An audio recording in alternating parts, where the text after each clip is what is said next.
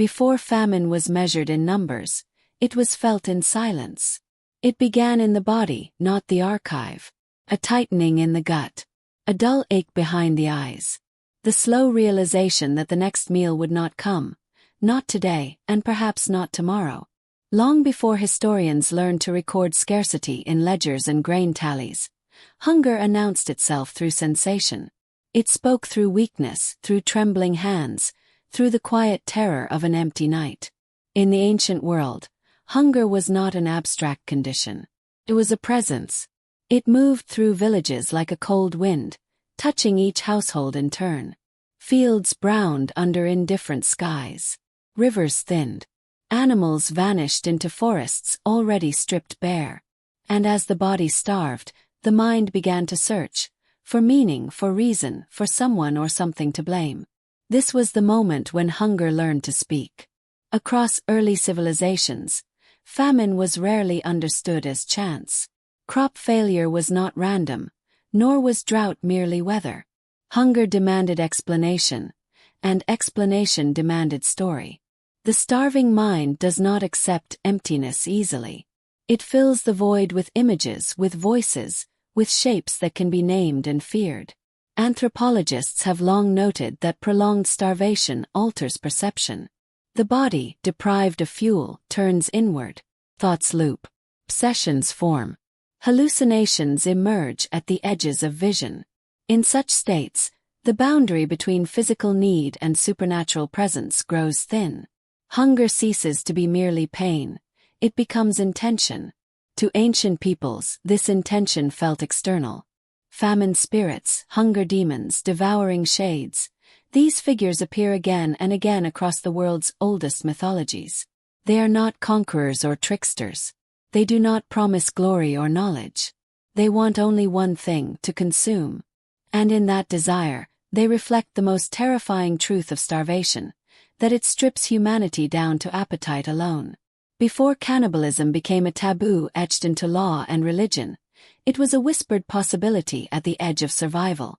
Archaeological evidence from prehistoric sites shows cut marks on human bones indistinguishable from those left on animals. These marks are not proof of cruelty. They are proof of collapse. When ecosystems failed and migration was impossible, people faced a choice that language itself resisted forming. And so myth formed it instead. Rather than say we ate the dead, cultures said something else did. Hunger was given a face, a will, a spirit that entered the starving body and demanded the unthinkable. In this way, responsibility shifted. The act remained unspeakable, but it was no longer entirely human. This transformation, from hunger as sensation to hunger as entity, was not superstition. It was psychological survival. To believe that starvation could turn a person into something other was to preserve the idea that humanity itself still had boundaries. That there existed a line which, once crossed, meant one was no longer fully oneself. Myth became a moral shelter, a way to explain how good people could do unbearable things without erasing their memory entirely. In oral traditions passed through generations, famine spirits are often described as hollow, their ribs visible, their eyes sunken, their mouths too large for their faces. These are not inventions of imagination. They are mirrors. They are the starving body reflected back in symbolic form. The voice of hunger was not loud. It did not roar like war or conquest. It whispered, negotiated. It promised survival at the cost of identity. And once heard, it was never forgotten. Even after the famine ended, the stories remained. They lingered as warnings told to children, as taboos enforced by ritual, as quiet reminders that civilization is thinner than it appears. That beneath ritual, beneath law, beneath belief, the body still remembers what it is capable of when pressed far enough. Hunger learned to speak because humans needed it to. To give it language was to give it limits. To name it was to contain it. And yet, every culture that tried found the same unsettling truth. The voice never fully disappeared. It only slept, waiting for the next failed harvest, the next broken system, the next silence where food should have been. In this way, famine myths are not stories of the past. They are memories encoded into belief. They exist not to frighten but to remind, to warn future generations that starvation does not only kill, it transforms. And when hunger speaks again, it will not ask permission. There comes a moment when hunger stops arriving suddenly and begins to settle. No longer shocks the body, becomes routine. Morning arrives without expectation. The ache in the stomach is familiar now, almost dull, like an old wound that never healed. This is the true beginning of famine, not when food first disappears, but when its absence becomes normal. History remembers famine as catastrophe. Those who lived through it knew it as duration. A season without bread was not a single failure, but a succession of small endings. The seed that never sprouted. The rain that fell too late. The animal slaughtered months before it should have been. Each choice made sense in isolation. Together, they formed a slow collapse that could not be reversed. In ancient agricultural societies, bread was more than nourishment. It was order itself. Grain measured time. Harvests defined festivals. Taxes, offerings, and survival all flowed from the field. When bread vanished, the calendar broke. Rituals lost their anchor. Faith, once tied to abundance, began to tremble. Archaeological records from Mesopotamia describe years when storehouses stood empty and laborers were paid in promises rather than grain. In dynastic China, court historians recorded bitter years when bark, roots, and soil were consumed. Medieval European chronicles speak of bread stretched with sawdust and ash, loaves that filled the mouth but starved the body all the same. Yet numbers cannot capture what these seasons felt like. Starvation slowed the world. Movement became deliberate. Beats shortened. Children aged quickly, not in wisdom but in weariness. The elderly vanished first, not always through death, but through quiet neglect, their portions surrendered to the young in desperate arithmetic. As scarcity endured, something else emerged. Moral erosion. At first, sharing intensified. Communities clung together, redistributing what little remained. But famine is patient. Wait. Eventually, generosity exhausted itself. Kinship narrowed. It became selective. Outsiders were turned away. Hunger redrew social boundaries with ruthless precision. This was the moment when famine ceased to be natural disaster and became social fracture. Burial practices changed first. The dead accumulated faster than rites could be performed. Graves grew shallow. In some regions, bodies were left exposed, not from cruelty, but from exhaustion. Archaeologists find these interruptions clearly. Cemeteries abandoned mid-use, skeletons piled without ceremony. To later generations, this looked like barbarism. To those living within it, it was survival barely holding form. And in this erosion of order, belief shifted. Famine was no longer just misfortune. Became judgment. Across cultures, prolonged hunger was interpreted as cosmic withdrawal. Gods turned their faces away. Ancestors withheld protection. The land itself was offended. These explanations were not primitive errors. They were emotional necessities. A universe without cause was more terrifying than one that punished. So rituals intensified even as resources dwindled. Offerings were made with food people could not spare. Prayers grew longer. Sacrifices grew desperate. In some cases, famine cults emerged. Small, local belief systems centered entirely on appeasing hunger itself. Spirits of scarcity were invoked, pleaded with, sometimes blamed. The season without bread became sacred time. And sacred time reshapes memory. Stories from these periods rarely speak directly of starvation. Instead, they describe cursed years, dark winters, empty suns. Myth encoded suffering into metaphor, allowing it to be passed on without reopening wounds too deep to touch. But beneath every metaphor lay the same truth. Hunger had reordered the world. The famine did not end when food returned. It lingered in custom, in taboo, in fear. Children born after the harvest learned stories shaped by a season they never lived through. The land recovered faster than trust. And somewhere within those stories, A quieter warning remained. That civilization rests on surplus. That morality depends on stability. And that when bread disappears, everything else follows. Law is built for abundance. It assumes full bellies, stable borders, predictable seasons. It presumes that tomorrow will resemble today closely enough for rules to matter. Famine shatters this assumption.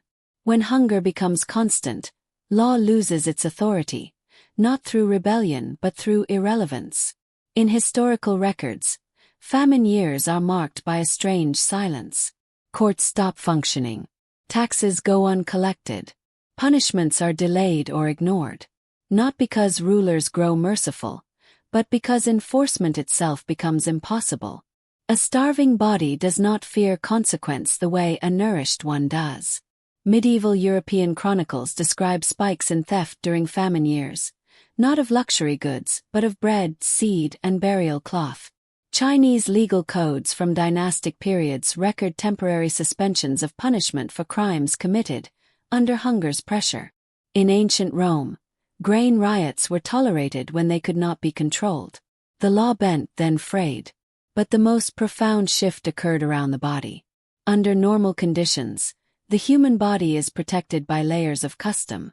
Burial rites preserve dignity. Corpses are separated from the living. Flesh is untouchable. Famine eroded these boundaries quietly and without ceremony. Death accelerated. Graves filled. The dead accumulated in public spaces. In some famines, bodies were left unburied not for days but weeks. Dogs and birds fed openly. The distinction between human remains and animal carcasses blurred. This was not moral failure. It was administrative collapse.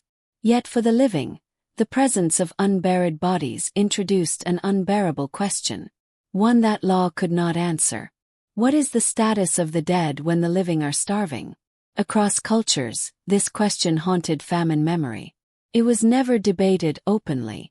Instead, it was displaced into myth. Hunger spirits often dwell among corpses. They haunt burial grounds. They consume the already dead before turning to the living. This narrative shift mattered. It preserved a boundary, even if it existed only in story. Anthropologically, this reflects a deep need to protect identity. To admit that hunger could turn people toward the dead was to admit civilization's failure. To say instead that something else crossed that line preserved social meaning. Bodies at the edge of law became bodies at the edge of humanity. In some societies, extreme famine led to legal exceptions never intended to be permanent. Temporary allowances hardened into unspoken knowledge. Everyone knew what might happen. No one named it. Silence became the final statute. The mythic record remembers this silence vividly. Cannibal spirits are rarely punished by human justice. They are destroyed by exile, fire, or spiritual intervention. Law is absent from their stories because law had already failed when they were born. These figures exist beyond courts, beyond kings, beyond forgiveness. They are what remains when order collapses completely. And so famine taught an unspoken lesson. Law is a luxury. Hunger strips it away, revealing the fragile agreements beneath. When bodies become resources, and death loses ceremony, myth steps in to do what law cannot, to mark the boundary that hunger erased. To remind future generations where the edge lies. There are acts so heavy that language refuses to carry them. Across cultures and centuries, cannibalism during famine rarely appears in plain words. It is softened, displaced, or erased entirely. Where historians hesitate, myth intervenes. Where testimony falters, symbol speaks. The act itself becomes unnamed. Not because it was unknown, but because knowing it too clearly threatened the fragile structures that allowed society to continue. In times of starvation, survival did not arrive dramatically. It crept in through small permissions. A body already dead. Flesh already cold. A decision framed as temporary, necessary, unrepeatable. These moments were not marked by violence, but by silence. Archaeological evidence confirms what stories only hint at. From prehistoric Europe to drought-stricken North America, Human bones show marks of careful defleshing, precise, deliberate, indistinguishable from the butchery of animals. There is no chaos in these marks, no frenzy, only method. This is what unsettles historians most. The act was not madness. It was calculation. And that is precisely why myth intervened. To survive physically while preserving identity, cultures needed distance. Cannibalism could not be remembered as a human choice. It had to be remembered as a transformation. The eater became something else, possessed, cursed, altered beyond return. This reframing did not deny the act. It reframed responsibility. In many famine myths, the cannibal is not condemned immediately.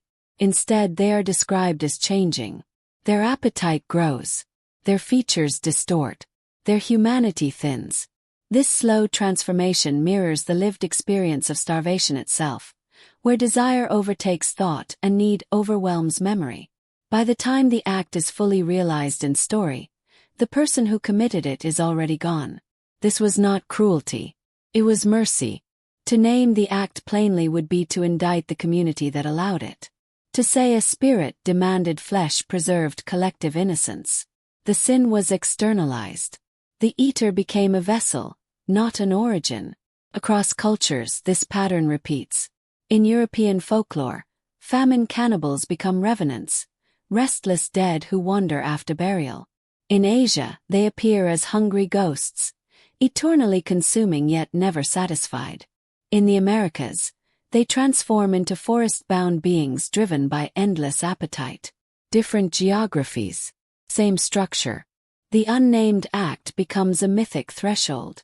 Anthropologists recognize this as moral containment. When behavior threatens the foundational rules of society, it is relocated into narrative space, where it can be examined without destroying the living order. Myth becomes a controlled environment for forbidden knowledge. And yet, the truth is never fully hidden. The hunger spirits are always recognizable. They carry human features twisted just enough to remind listeners that the line between person and monster is thin. They speak human languages. They remember their former lives. They are never fully other. This ambiguity matters. It ensures the story remains a warning rather than a dismissal. The listener is meant to understand that the transformation is possible. That under sufficient pressure, anyone might hear hunger's voice and follow it. Thus, the unnamed act is not erased. It is encoded. In famine memory, cannibalism is never celebrated. It is mourned. The myths surrounding it are heavy with grief, isolation, and irreversible loss. Survival is not victory. It is exile. Those who cross the threshold do not return unchanged. This framing preserved a crucial boundary. Survival has limits. Life at any cost is not life at all. Hunger may force the body to endure, but the soul pays a separate price. And so, cultures remembered the act without speaking it. They passed the story forward carefully, wrapped in shadow, ensuring future generations would understand the cost of famine, not just in bodies lost, but in humanity surrendered. Starvation leaves behind more than graves. Leaves images. Across continents and centuries, famine spirits share a striking resemblance. They are thin to the point of distortion, limbs elongated, eyes sunken deep into hollow faces, mouths too wide, ribs too visible, hunger etched permanently into bone. These are not creatures of imagination. They are portraits. The starving body imprinted itself onto myth. In anthropology, this consistency is telling. Cultures separated by oceans describe the same beings without contact. This convergence reveals a shared human experience, one where prolonged hunger reshapes not only physiology, but perception itself. When the body consumes itself, the mind searches for meaning. Starvation spirits emerged as explanations for what hunger does to a person over time. They were not demons sent from elsewhere. They were transformations that happened here. Slowly, quietly. These spirits often appear at thresholds, forest edges, mountain passes, winter roads, places where survival thins and civilization loosens its grip. This geography matters. It reflects moments when humans are most exposed, not only to nature but to themselves. The spirits do not attack immediately. They linger. Follow. Their hunger is patient. This patience mirrors famine itself. Historically, famine did not arrive as sudden annihilation. Crept. Each day slightly worse than the last. Each choice slightly heavier. By the time transformation was visible, it was already complete. In folklore, starvation spirits often begin as ordinary people.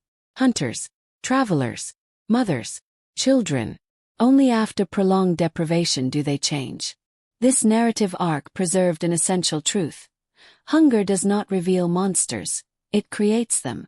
Psychologically, these myths reflect dissociation. The starving individual becomes divided. One part remembers law, kinship, identity. The other listens only to appetite. The spirit represents the latter, liberated from restraint, driven by need alone. This division allowed communities to speak about starvation's effects without condemning its victims. The spirit is pitied as often as feared. In some traditions, rituals existed not to destroy hunger spirits, but to prevent their creation. Communities emphasized sharing, seasonal preparation, and taboo observance not merely for morality, but for protection. To fail was to invite transformation. Thus, starvation spirits served a social function. They encoded practical knowledge into narrative form. Do not hoard. Do not isolate. Do not consume beyond what is needed. These rules were not abstract ethics. They were survival strategies disguised as myth. When famine ended, the spirits remained. They haunted memory, not landscape. Parents told the stories to children who had never starved. The fear was meant to outlive the hunger. To ensure preparation replaced denial. Yet the spirits were never fully banished. They appear whenever scarcity returns. During wars, displacements, collapses, wherever food becomes uncertain, the old images resurface. Hollow figures, endless mouths. The warning returns intact. Starvation spirits endure because the conditions that created them endure. They are not relics. They are reminders. They tell us that hunger is not merely absence, but pressure. That under enough pressure identity fractures. And that civilization is not a permanent state, but a fragile agreement sustained by bread, memory, and restraint. Winter has always carried a different kind of hunger. Does not arrive suddenly. It advances slowly, erasing color, sound, and movement. In the northern forests of North America, winter does not merely kill, it isolates. Paths vanish beneath snow. Rivers harden. Distance stretches. Survival becomes a solitary calculation measured in calories and cold. It was here, in this geography of endurance, that the Wendigo took form. Among Algonquian-speaking peoples, the Wendigo was never a simple monster. It was a condition, transformation, a warning encoded into story long before European contact. To speak its name was not to summon fear, it was to remember consequence. The Wendigo emerged during times of prolonged winter scarcity, when hunting failed and stored food ran out. Communities dispersed to survive, families separated, and individuals were left alone with hunger and silence. These were the conditions under which the body turned inward, and the mind fractured. Ethnographic records describe the Wendigo as tall, skeletal, and endlessly starving. Its heart is said to be made of ice. Its appetite grows with every meal. The more it consumes, the less human it becomes. This is not fantasy anatomy. It is metaphor made precise. Starvation lowers body temperature, slows circulation, extremities numb, emotion flattens, empathy thins. The image of an icebound heart reflects a lived physiological truth. The starving body conserves heat and energy by withdrawing from connection. The Wendigo was hunger without community. Crucially, the myth insists that Wendigos are created, not born. They begin as people. Hunters stranded too long, survivors who consumed human flesh to live, individuals who allowed hunger to overrule restraint. The transformation is gradual. Choice small. The consequence permanent. This narrative mattered deeply. It reinforced a communal ethic essential to survival in harsh climates. Sharing food, even when scarce, was not merely kindness. It was protection. Hoarding invited transformation. Isolation invited possession. To survive winter alone was to risk becoming something unrecognizable. Colonial observers often misunderstood the Wendigo, reducing it to superstition or savagery. But Algonquian communities understood its purpose clearly. The Wendigo was a boundary marker. It told people where survival ended and damnation began. Psychologically, Wendigo stories reflect starvation-induced psychosis, a condition documented even in modern times. Symptoms include obsession with flesh, paranoia, dissociation, and overwhelming fear of becoming a cannibal. The myth provided language for this terror before medicine ever could. Importantly, Wendigo tales were not sensational. They were somber. They were told quietly, often in winter, often when food was low. Their purpose was not entertainment, but reinforcement of restraint. The Wendigo's first winter was not a historical event. It was every winter where hunger tested humanity. And in those forests, hunger was never allowed to speak freely. It was named, feared, and constrained, so that survival would not demand the soul as payment. The Wendigo was not alone. Across the world, famine carved similar shapes into belief. Without contact, without shared language, cultures produced the same figures, emaciated beings driven by endless hunger, haunting the edges of society. In Europe, they were revenants and famine wraiths, dead who returned not for vengeance, but for sustenance. In Eastern traditions, hungry ghosts wandered with distended bellies and needle-thin throats, cursed to crave without satisfaction. In parts of Africa, starvation spirits stalked drought lands, blamed for crop failure and madness alike. Different names, same anatomy. This convergence reveals something profound. Hunger produces predictable fear. When food disappears, the mind searches for patterns. It finds them in the body. Rib show. Sink. Skin clings to bone. Myth follows physiology. Anthropologists call this somatic symbolism, the body becoming the blueprint for belief. Bone hunger myths appear most often after repeated famines. They are not first reactions, but accumulated memory. Starvation adds detail. Each loss sharpens the image. Over generations, hunger becomes personified not as an event, but as a being. These spirits often carry rules. Do not eat alone. Do not hoard. Do not deny kin. These are not moral abstractions. They are survival codes. Myth enforced what law could not in times of collapse. Geography shaped detail but not essence. In temperate zones, hunger spirits stalked winter. In arid regions they followed drought. In river cultures they emerged after flood. Environment changed the setting. Hunger remained constant. Importantly, these spirits were rarely defeated. They were avoided, appeased, or endured. This reflects an understanding that famine cannot be conquered, only survived. Hunger is not an enemy. It is a condition. Bone hunger myths taught humility. They reminded people that abundance is temporary, that preparation is essential, that forgetting past starvation invites its return. These stories preserved ecological memory in narrative form. Even today the images persist. Modern famine photography echoes ancient myth. Skeletal frames, hollow gazes, bodies reduced to outline. The language has changed. The imagery has not. Bone hunger remains one of humanity's oldest shared fears.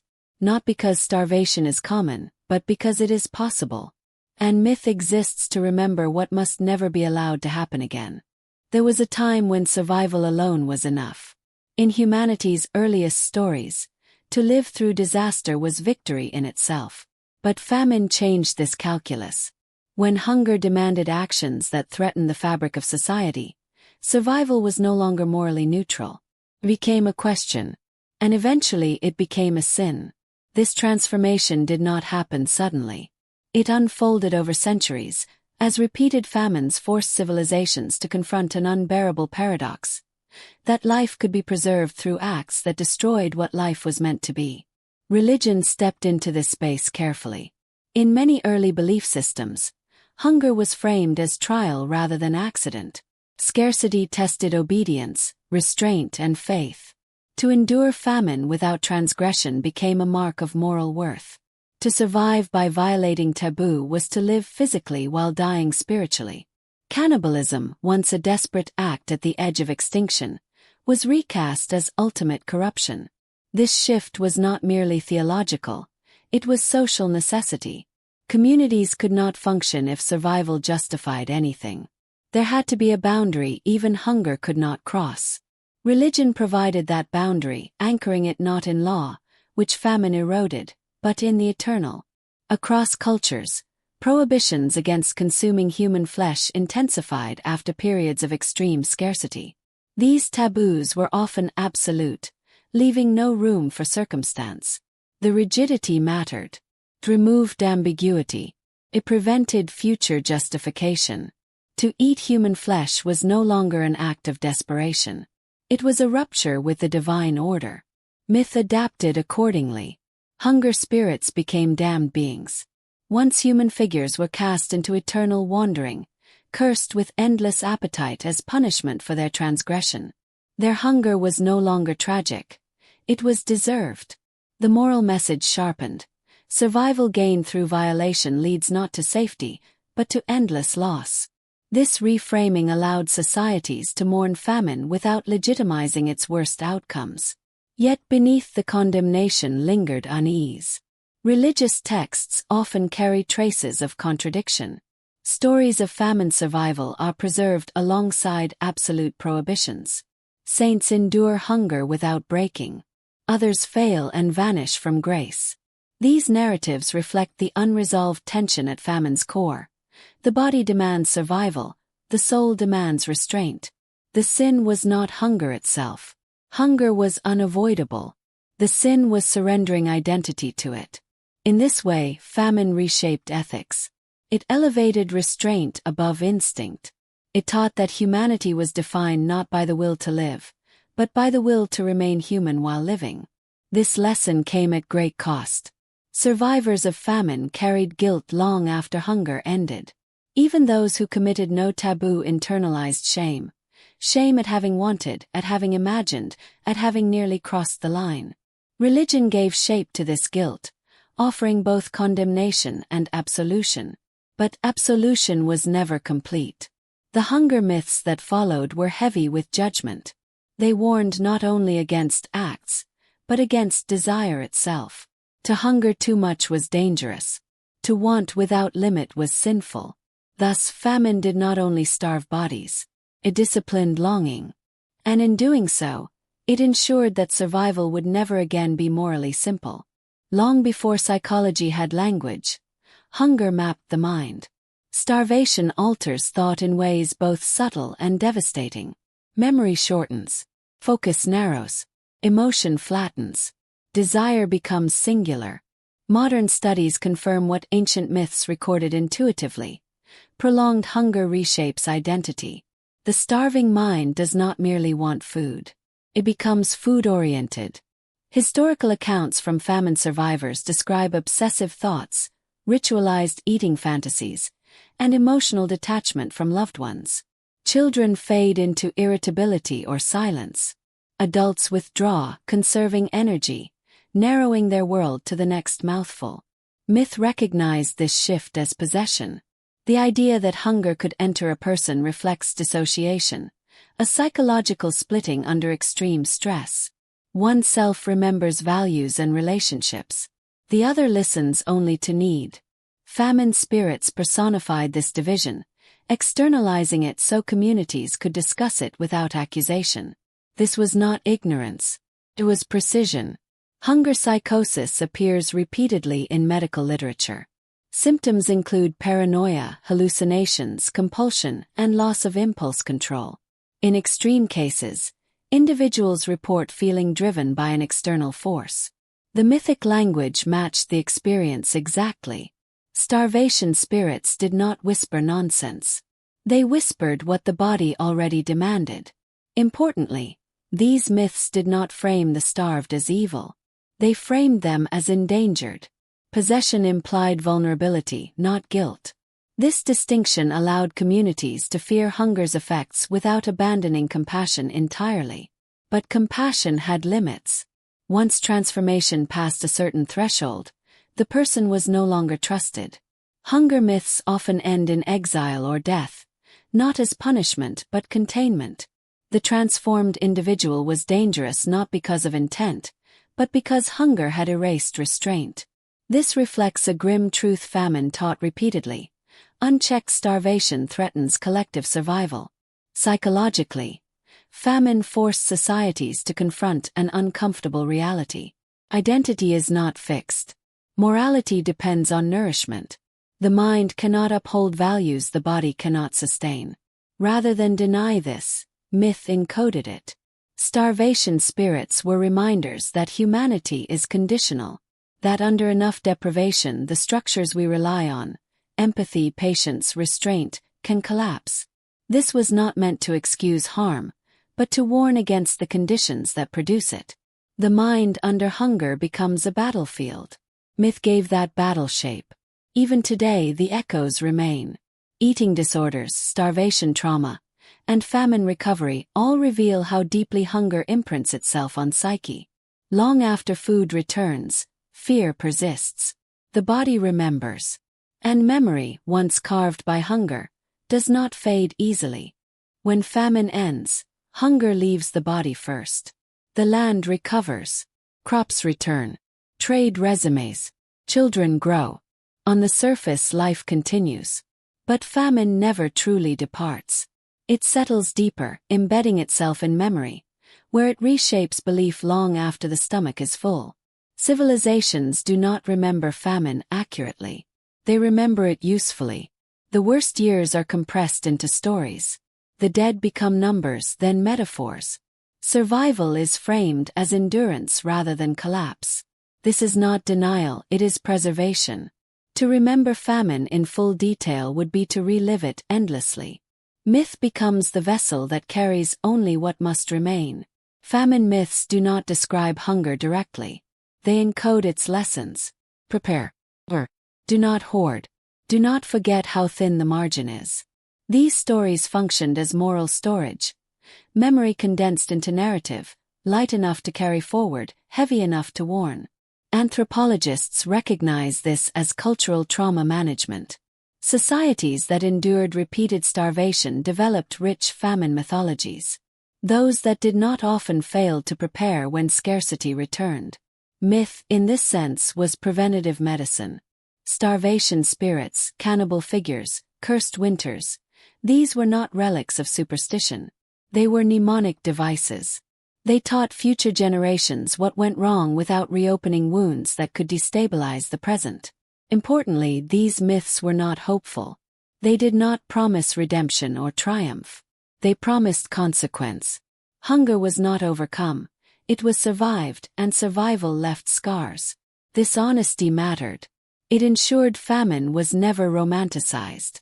Even prosperity carried famine's shadow. Many cultures developed rituals of excess control. Fasting, feasting cycles, seasonal restraint. These practices kept memory alive in the body. To feel hunger briefly was to remember what it could become. Thus, famine lived on, not as fear but as vigilance. Moral memory ensured that starvation was never merely history. It remained a possibility that demanded respect. And so, the spirits endured. Some stories are never told aloud. In every famine record there is a gap. Silence where words should be. This silence is not absence, it is wait. It marks the place where survival crossed into something memory refuses to name. Those who lived through famine rarely spoke of its worst moments. Diaries end abruptly. Oral histories skip years. Testimony falters.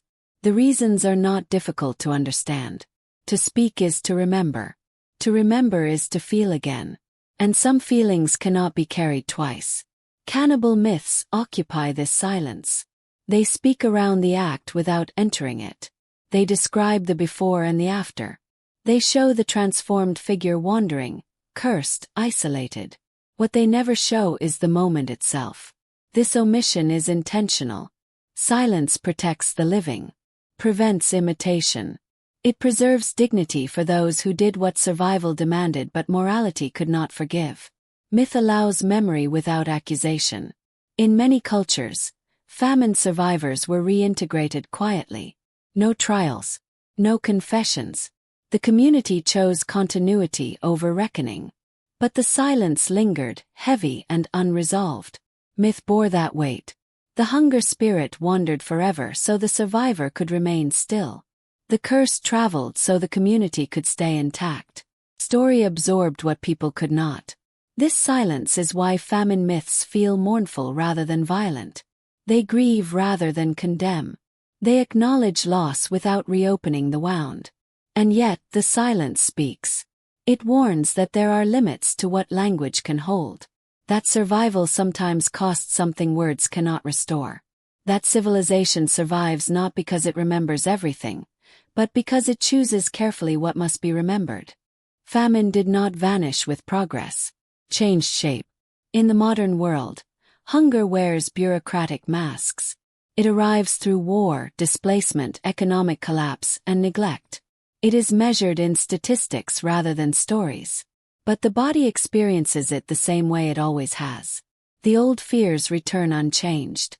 Photographs from modern famines echo ancient myth with unsettling precision. Skeletal frames, hollow eyes, distended bellies. The hunger spirits are still with us. We simply call them by different names.